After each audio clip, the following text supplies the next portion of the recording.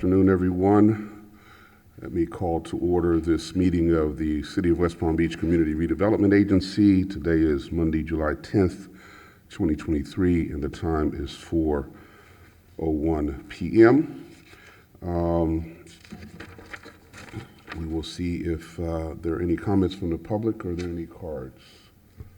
No, sir, Mr. Mayor. All right, very good. President Warren, do you have any comments? No, thank you. Commissioner Lambert? No comments, thank you. Commissioner Peduzzi? No comments, thank you. All right. And Mr. Roog, are there any additions, deletions, reorganization of the agenda? No, Mayor. Very good. All right. We will, Commissioner Ward just came in. Commissioner Ward, do you have any comments, public comments? Okay. We'll start then with item 6.1, presentation of historic preservation plan for the historic Northwest CRA District. Mr. Roog?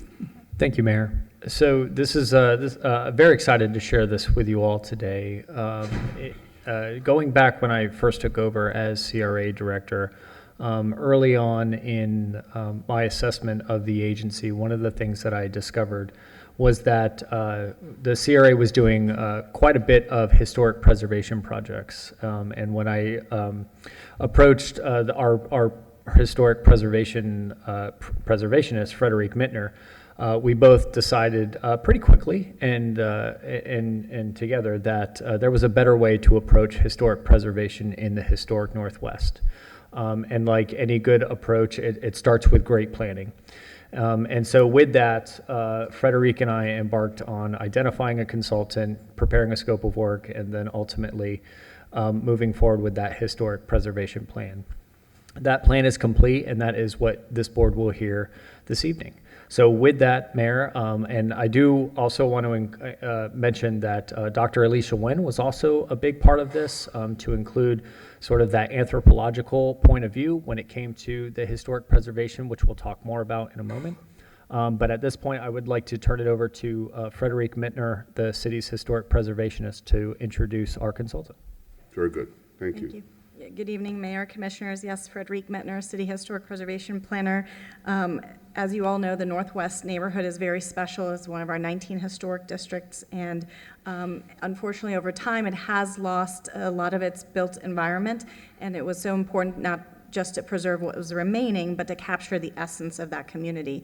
And thanks to your support and Chris's enthusiasm, we were able to identify the best firm to do that, which is PDP out of Philadelphia.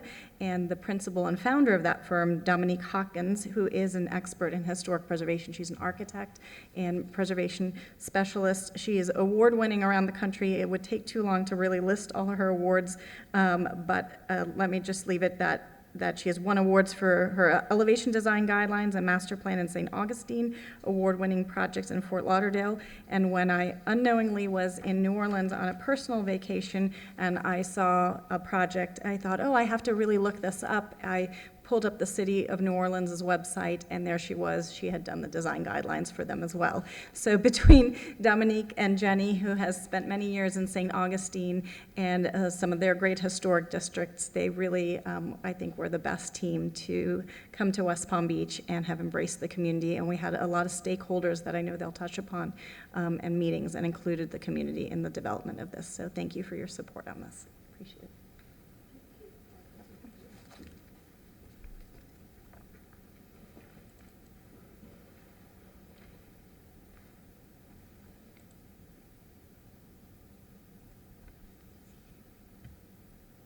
We're all getting older. We need our glasses to do these things, so apologies. I can relate. I was just going to do the full screen mode. There you go. Well, thank you so much for the opportunity to present to you today the work we have done in the historic Northwest. I will first say it was an honor to be able to work in this community. Rarely do we get the privilege or responsibility of telling the history of people who can actually inform that process. So usually I deal with, I will say, distant past, and this was up close and personal past. But it was also the type of storytelling and the things that we heard that made the importance of the place resonate with us. So thank you for that opportunity. So in looking at the historic Northwest, we are historians, preservationists, so we start with really looking at the history of the place. The historic Northwest, as you all know, was a very vibrant community. A lot happened there. A lot of people were there, whether by choice or not, but a lot happened there. It was a self-contained, fully functional part of this community. And one of the things we really wanted to do was tell that story. So what you're seeing on the screen here is what's known as a Sanborn map overlaid with an existing map. And what that does is it shows you the density and the vibrancy of the place that the historic Northwest was. So our challenge was blending this history with current conditions and capturing the stories of the place and the important memories of the place in a way that could guide the CRA vision moving forward that was dependent on the community input. So it wasn't our choices, it was us listening to the people of the neighborhood to try and give them the tools to tell their story in the best way possible. So one of the things Frederic mentioned was the historic nature of the historic Northwest. And it's interesting because there are all these different boundaries, and these boundaries caused a little bit of frustration because people wanted to be in the boundaries more than sometimes they were. But the 4 boundaries represent the 1929 ordinance, which established the district initially, the local district, which is the sort of dark blue, the yellow, which is the Northwest CRA, and then the National Register district.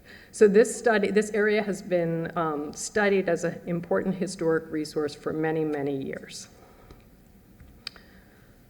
In looking at the neighborhood, which was our charge, today, what we had to really do is look at the neighborhood context. There are many significant buildings and spaces that no longer exist.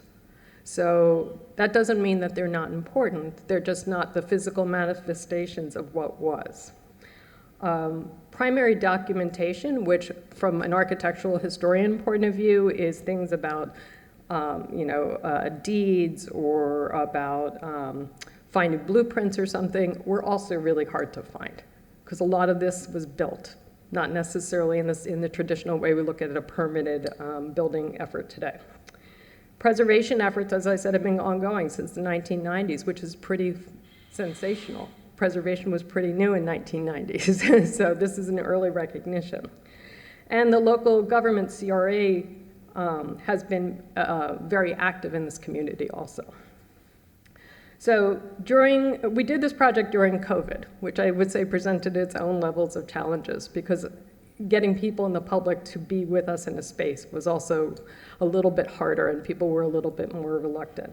But in spite of that, we did field work, research, community outreach, and then ultimately came up with the report that we are presenting today. So we had individual interviews, some group workshop, as well as some community meetings. This was all facilitated by Dr. Nguyen. She did an exceptional job of reaching out to people in the community to help us and make sure we were having the right conversations. So the public outreach, we conducted 3 public outreach sessions and the city added to that by doing another one. And we discussed with in each of the outreach meetings ways of commemorating spaces, particularly those that were no longer present, how we prioritize those. We can't do all the work that everyone wants to do, so what are the most important things to the people who were in the room? And then how can we create an inventory or list of those things so that we can start gathering this information to provide the CRA direction moving forward. With that, I'd like to turn it over to Jenny Wolf, who will explain the specifics of the plan. Thank you very much and good evening. My name is Jennifer Wolf and I'm a preservation planning specialist with Preservation Design Partnership. So the next phase that we wanted to talk about and present is really our method, because once we were getting into the project, we had all of this neighborhood excitement and individuals really wanting to share their stories, and so we had to figure out how we were going to put that into a report. And what we came across was a planning tool that relied on heritage conservation.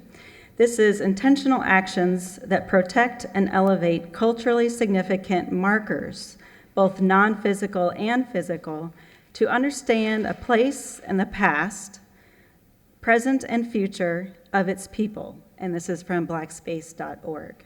So we thought that was an important approach to use for our project, and as we were doing that, we came across two particular ways of looking at things. One is respectful building rehabilitations, so that's your typical brick and mortar preservation, and what does that mean to the buildings that we looked at? We also looked at commemoration, because as Dominique expressed, there are some places that are no longer there, but they are very important to the community. So how do we recognize those through various resources, media, and different platforms?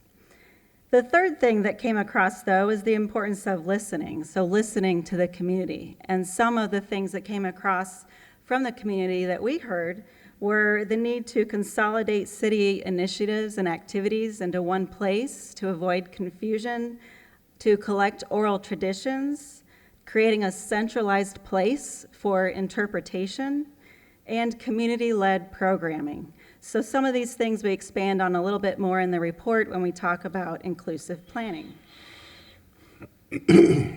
So the takeaways that we provided in the report for the CRA include community importance was identified. We have an inventory of places, of people, and buildings, and information about that detail in terms of how it should be commemorated or rehabilitated. And then in and of itself, that created a model. So that can be expanded, it can be a living document. It doesn't end, should not end with this project here, but this community outreach effort should continue.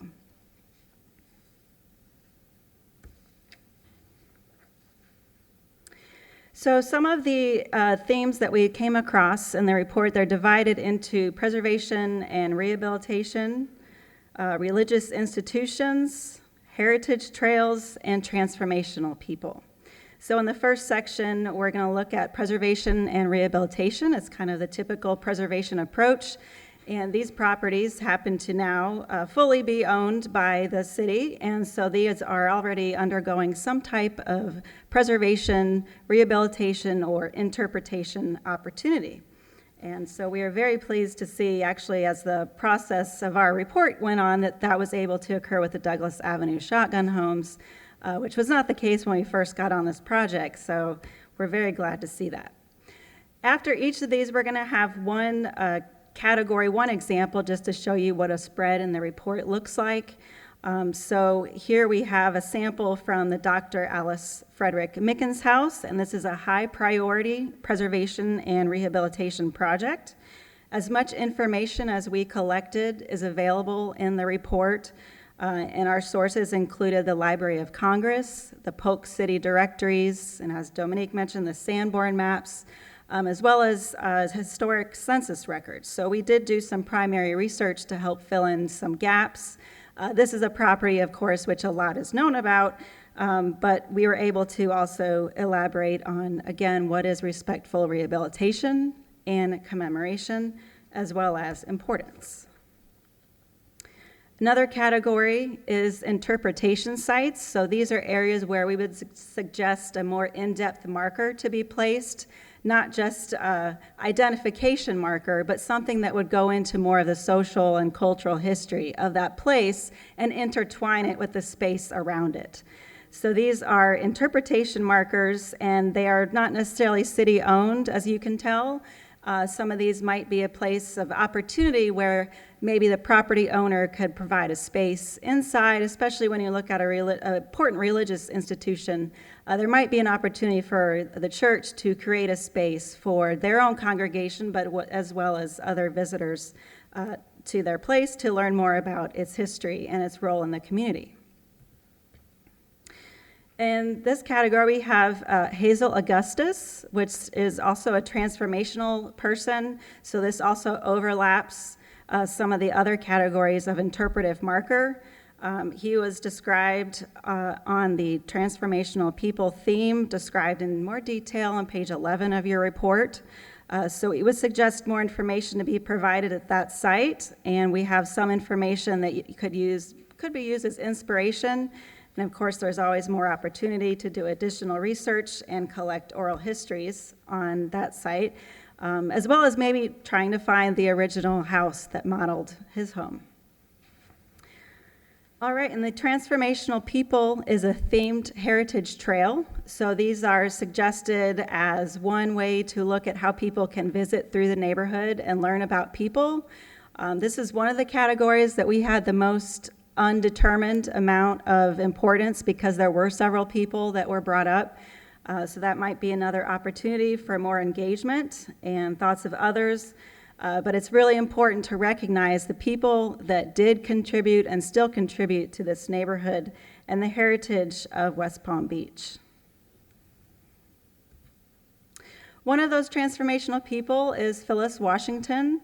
And what's interesting is that even as a widow, she continued to be the postmistress. So she, as a female and a black female, held a very important role for this neighborhood.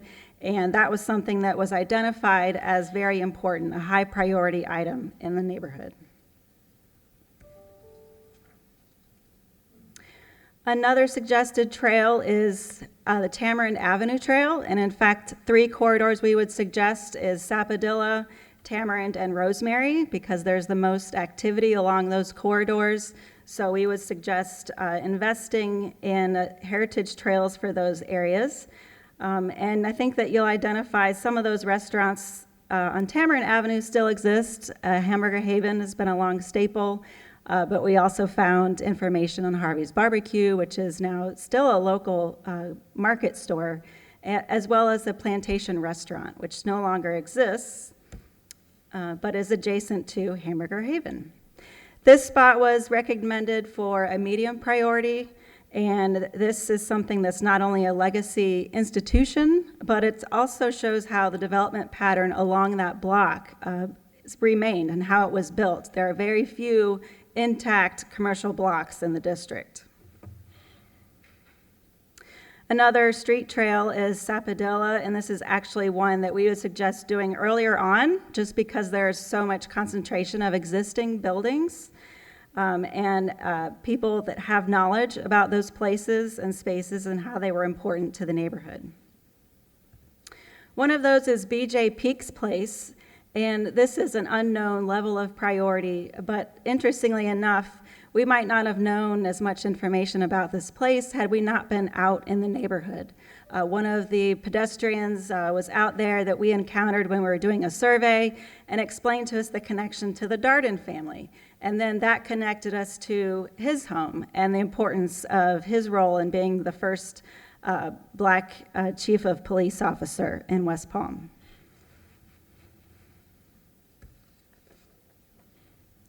The other trail is the Rosemary Avenue Trail, and you'll recognize a lot of these places no longer exist, but it does show that it was a very important commercial avenue, and we used some photographic evidence to show how buildings changed over time, but one of those is the W.H. Colley building, which no longer exists, but what does, and you can see in this photo here, as you can see on the top center photo what it used to look like. But there's still physical connection to Mr. Colley in the family, in the building that the Studstill family owns and operates. So it's a really interesting opportunity to look at not only the original heritage, the role that Mr. Colley played, but also what the Studstill family is still doing today. And finally, one of our themes was the religious institutions. It can't escape us that there are many churches in this neighborhood in a concentrated area, and they all have an important role to the community, even to this day. And that's something that has always been an important role in the African American community, and we hope to see that continue and encouraged, even though across Florida and in general across the country, a lot of inner city African American churches are dwindling in membership and seeking to go out into the suburbs. So it is very important to support them in whatever ways the city can do. So finally, I'll just reiterate the fact that we are very grateful to have been a part of this project and contribute to the great work that you all are doing for West Palm Beach and the historic Northwest neighborhood. You deserve a lot of commendation for taking this on, and we are just happy to be a part of it and hope to see it move forward. And we want to also especially thank all of the community members and elders. There are some that flew in from Atlanta to meet with us who had been descendants of the pioneer families. And so that just goes to show you that there is still a lot of interest and a lot of people with memorabilia and oral histories that still can be collected. So we encourage you to continue that work, but you're doing a great job, and we appreciated the opportunity to be a part of it, and we're here to answer any questions that you might have. Very good. Thank you very much for that very interesting summary of your report. Look forward to reading it in more detail. Any questions? Yeah, Commissioner Ward. Thank you so much. This just, without going into like too much verbiage, it's really cool. Like, I just think that your presentation was amazing, and I love this. And you know, someone who I enjoyed history growing up, I didn't hear much local history growing up in this area. And so I guess my biggest question is, how do we jump to, you know, I'm one of those people when I go to a new town, and I do like walking. It's one of the reasons I love Savannah, and I find myself reading the placards, a new one every time I go to that city. How do we go to those physical? Are we turning to QR codes and someone can take a picture and pull it up? Are you thinking monuments? And how does that work in this area in particular? I'm going to let you take it. Okay. So I will say that Jenny did most of this work, so I'm going to let her take the questions because she's in it more than I am. I would say with your particular question, what we really did in the back of the report, there's a matrix and it talks about the different markers. So I think the next step is identifying, you know, where you want to start with that. And I would suggest starting with Sapodilla Avenue for a trail, or the Transformational People Trail. And from there, it's really about selecting there are many firms that also do heritage trail markers. There's some great examples in Sarasota and in Overtown, Miami, that have had great interpretive markers. They can look so many different ways. It depends on really what kind of visual, I don't want to say visual intervention that the community wants to see. We really just were trying to identify where those should be and where we could start with that. So I think the next phase would be engaging in outreach to see what those should look like and what kinds of information should be there. But the technology has been advancing. There's even, you know, a lot of 3D options. You know, it's far and wide, very open. And some of the things, if you don't mind, some of the things that we presented during our discussions with the neighborhood is you don't have to jump to the bronze marker, right? Those are really expensive. They take a long time to have made, et cetera. You can do something as simple as a sticker on the sidewalk, which is a QR code, and people can kind of pull up information as they walk. It will direct you to the next one, and then you do that again. Those are, you know, quasi-temporary. Obviously, they'd need to be replaced, but it could give you the momentum to then start to get to a thing. So not everything has to be the bronze plaque.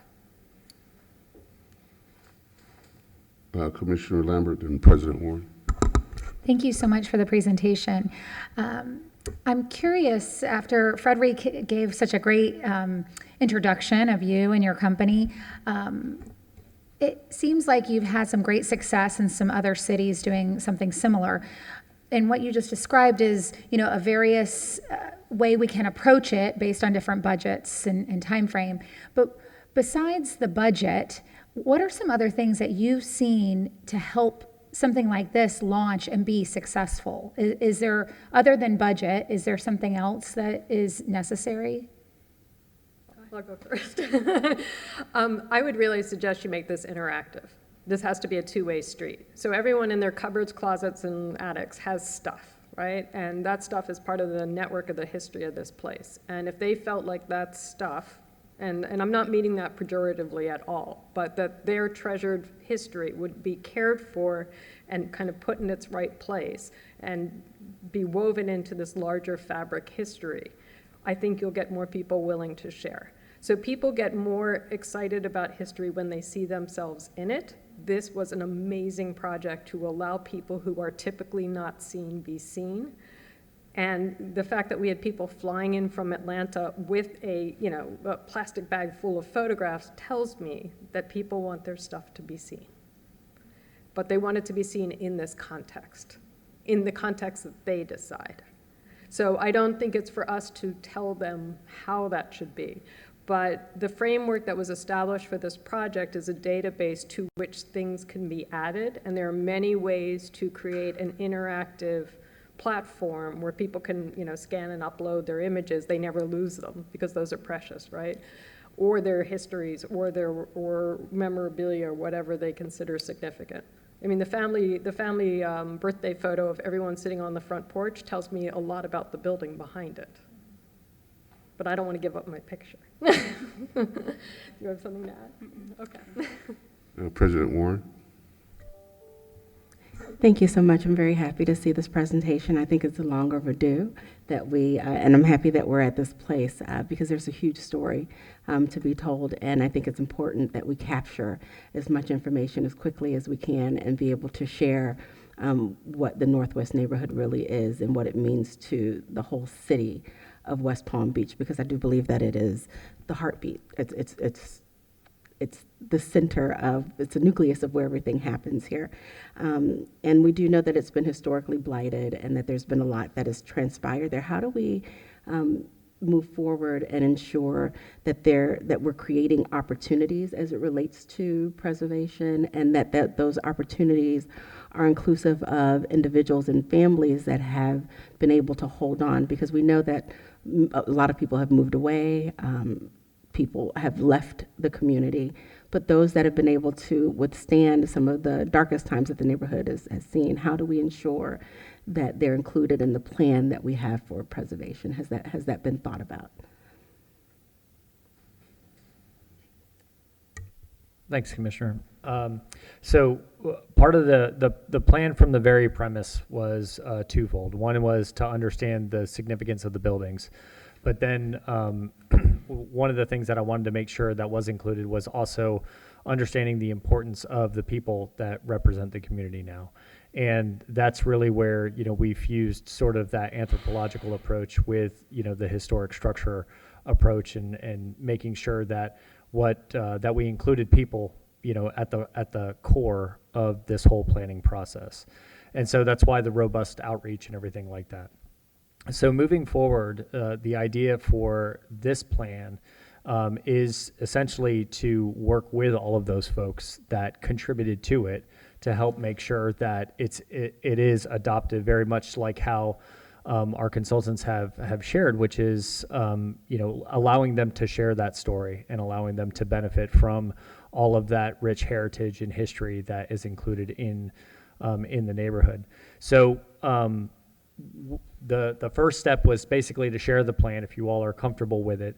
And then the idea is that this will be adopted into the strategic finance plan that will then have the funds backed behind it to then start implementing all of the different trails and characteristics, because the plan is much more detailed than just what you saw today, has a lot more information in it. And so we would essentially start implementing the plan this coming fiscal year. Thank you. Any other questions? We do have a card. Darren Studstill.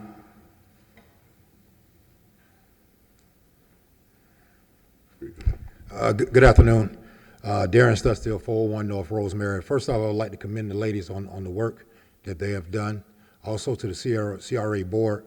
I had a wonderful time at the Heart and Soul Festival this last weekend. Was it last week? It was great. It's a great blend of old and new coming together for the vision we have here. I'm going to ask the board real quick, and I'm going to be out of here, is that I've talked many times about different things in the city. This is the most important thing to me, the preservation of this neighborhood. This neighborhood not only speaks in books and pictures, but it's a breathing ornament, and it's going to take you guys' commitment to continue that financially and with your efforts. These ladies have done a great document here today, but it's not going to live out its truth unless we put action behind it. I am a third generation of a building that was built in 1925 by African Americans, and it stands today. I'm asking for your commitment to make sure that building or other buildings like it still stands there, before we can be armed with the information to tell the next generation. I'm asking this board and the whole CRA community for your commitment on this project as it moves forward. Thank you. Thank you very much. Any other questions or comments? All right, well, thank you very much for a very enlightening presentation. As I said, I look forward to reading your report. Thank you very much for your time. Absolutely. All right, we will move on to consent calendar. Item 7.1 is the only item on consent. Are there any questions or comments? If not, I'll entertain a motion. Mayor, I move we accept the consent calendar as presented. It's been moved. Is there a second? Second. Been moved and second. Discussion. Hearing none. All those in favor say aye. Aye. Aye. All those opposed, like sign. Motion, hearing no opposition, motion carries unanimously. Thank you. Item 8.1, resolution number 23-2, authorizing a grant to the Friendship Missionary Baptist Church of West Palm Beach, Inc., pursuant to the Northwest Parking Lot Beautification Program for an amount not to exceed $100,000 for parking lot improvements to a parking lot located at 400 Division Avenue. Thank you, Mayor. Gina Baker, Project Manager, Historic Northwest. So this is a request today by Friendship Baptist Church for Northwest Parking Lot Beautification Grant. All right. Why isn't this working? Yeah. Chris, help me out here. Why can't I advance? All right, good enough. The Historic Northwest is located in the downtown CRA district, which is highlighted in the purple shade on the map in the upper left-hand corner.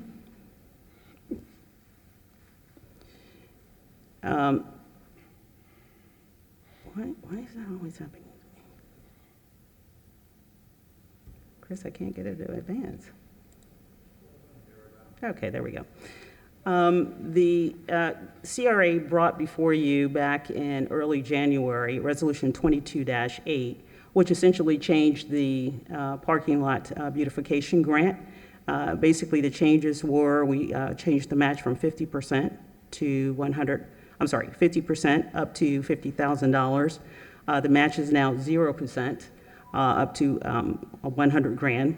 The public use term was changed from 5 years to 10 years, and the eligibility now expands to the historic Northwest citywide.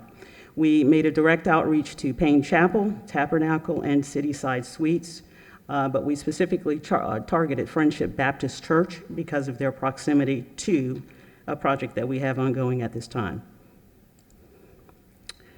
I do not know why I cannot advance this, so I apologize.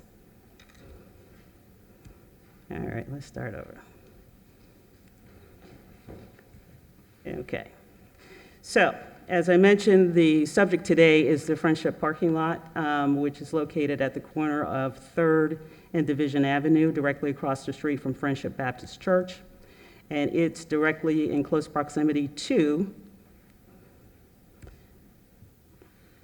the Fantasy Island restaurant project that is currently underway. One of the reasons we targeted them specifically is because of their proximity and also their agreement to allow the parking lot to be used for the next 10 years for public use.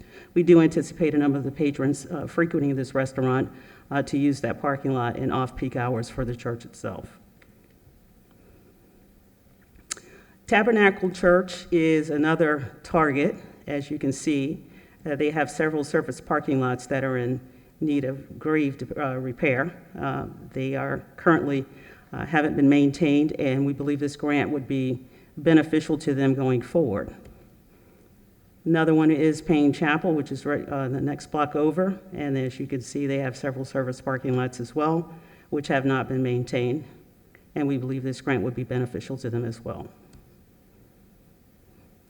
New Bethel is, to my knowledge, the only church facility that actually used this grant. Early 2015, I believe they applied for parking lot beautification grant at that time, and it was only a $50,000 grant. But this was the improvement they were able to do there. So these funds go quite a long way. Peaceful Zion is right down the street from Payne Chapel. They too would be a candidate for overflow parking for other facilities for public use. However, they did not take advantage of our grant. This is what it looks like before, and this is what it looks like today. But they used TDR funds to do that improvement, in part because they had other improvements they needed to do on the site, which you can see here looks very nice. Finally, this will depict the locations of all the parking lots that I simply just talked about. And you can see their proximity in relation to the Sunset Lounge and the Heart and Soul Park. So we think that we can incrementally get those done, and it'll make the area look quite a bit better than it does now. So in summary, there are about 219 spaces in close proximity to the Sunset Lounge, and there will be 18 to 20 spaces available to the Fantasy Island Restaurant. And with that, we recommend that you approve Resolution 23-2, and this would allow for a grant up to $100,000, not to exceed, and it'll also provide for resurfacing, infill landscaping, irrigation, upgraded lighting, and electric, as well as new fencing. And with that, that's all I have. Thank you. And I apologize for not being able to operate this. Okay, thank you very much for that presentation. Any questions, Commissioner Ward? Just a general question. What is the amount of the entire available funds for the grants? It's based on fund availability. Right now, we have $100,000 for the Friendship Parking Lot grant. I believe we're going to probably put another amount of dollars in for maybe 2 more parking lots in the next fiscal year. Is that accurate? So the 100,000 is the max amount that we've already allocated? For this particular grant, yes. Okay, Yes, for this fiscal year. okay. Thank you. Any other questions? President Warren? So $100,000 was allocated for this item in the budget, and only one applicant this time. applied for this fiscal year. And they applied, and the cost will be the total of the allocation. Right now, I have bids in that are coming in at about 87, 90,000. We're going to work on trying to get that down a little bit more, but we have 100,000 set aside for this particular application. Follow up. Yes. And we have identified others that we would like to approach to participate in this for the next fiscal Yes, year. and those were the ones that I showed you in the slide that are in and around the Sunset Lounge. And opportunity will be created for us to utilize the Friendship parking spaces needed for city purposes once this is entered into for public purposes. Yes, for the next 10 years. And of course, that's with a bit of a condition. Obviously, they'll have a restriction on use of the parking lot on Sundays. And there will probably be intermittent prohibitions on Saturdays if there are funerals and that type of thing. Thank you. Any other questions, comments? Hearing none, I'll entertain a motion. Mayor, I move we approve resolution number 23-2. It's been moved. Is there a second? Second. Been moved and seconded. Discussion? Hearing none, all those in favor say aye. Aye. All those opposed, like sign. Hearing no opposition, motion carries unanimously. Thank you. Thank you. And that is the final item on this agenda. So this meeting of the CRA is adjourned. We'll reconvene as the City Commission at 5 p.m. Thank you. Thank you.